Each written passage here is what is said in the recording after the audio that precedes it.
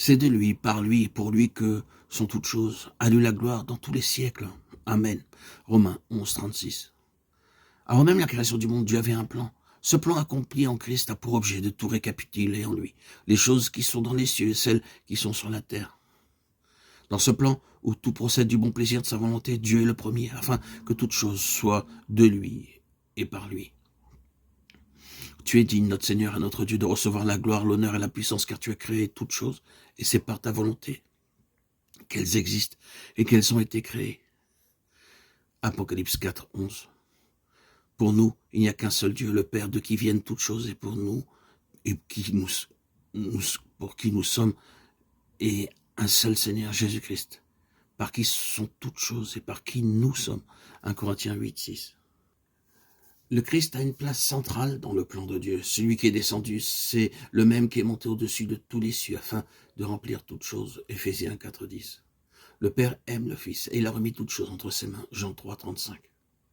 Jésus, qui savait que le Père avait remis toutes choses entre ses mains, qu'il était venu de Dieu et qu'il s'en allait à Dieu. Jean 13, 3. Tout ce que le Père est à moi. C'est pourquoi j'ai dit qu'il prend de ce qui est à moi, qu'il vous l'annoncera. Jean 16, 15. Maintenant, ils ont connu que tout ce que tu m'as donné vient de toi. Jean 17, 7. Dieu, dans ces derniers temps, nous a parlé par le Fils. Il l'a établi héritier de toutes choses par lui. Il a aussi créé l'univers. Hébreux 1, 2.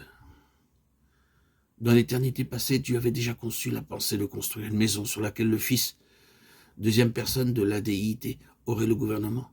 C'est pourquoi il a donné toutes choses en héritage à son Fils, affirmant ainsi que c'est de lui, par lui et pour lui qu'elles existent. Nous voyons donc que le Père a conçu ce plan afin que le Fils hérite de tout ce qu'il avait projeté dans l'éternité passée. Sa réalisation est confiée au Saint-Esprit. Le Père est le planificateur, le Fils l'héritier, le Saint-Esprit l'exécutant. L'amour du Père pour le Fils a son origine dans l'éternité passée. Il est le bien-aimé du Père. Dans l'éternité, le Père a aimé le Fils. C'est pourquoi, lorsque le Fils est venu dans le monde, le ciel s'est ouvert et la voix du Père a fait entendre cette déclaration. Celui-ci est mon Fils bien-aimé. Matthieu 3, 17.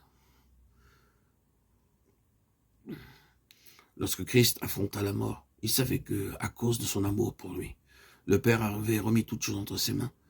Jean 13, 3. Nous voyons aussi que le but de sa résurrection, de son ascension, était en fait de rendre possible le dessein de Dieu, afin de remplir toutes choses. Celui qui est descendu, c'est le même qui est monté au-dessus de tous les cieux, afin de remplir toutes choses. Éphésiens 4, 10. Et de mettre en lumière le moyen de faire connaître le mystère caché de toute éternité en Dieu, qui a créé toutes choses. C'est pourquoi les dominations, les autorités dans les lieux célestes connaissent aujourd'hui par l'Église la sagesse infiniment variée de Dieu selon le dessein éternel qu'il a mis à exécution par Jésus-Christ notre Seigneur. Éphésiens 3, 9 à 11. Que Dieu a répandu abondamment sur nous par toute espèce de sagesse et d'intelligence. Il nous a fait connaître le mystère de sa volonté, selon le bienveillant dessein qu'il avait formé en lui-même pour le mettre à exécution lorsque les temps seraient accomplis, de réunir toutes choses en Christ, celles qui sont dans les cieux, celles qui sont sur la terre. En lui, nous sommes aussi devenus héritiers, ayant été prédestinés suivant le plan de celui qui opère toutes choses d'après le conseil de sa volonté. Éphésiens 1, 8, 11. Christ a la prééminence dans le plan de Dieu. Christ était déjà dans l'éternité passée.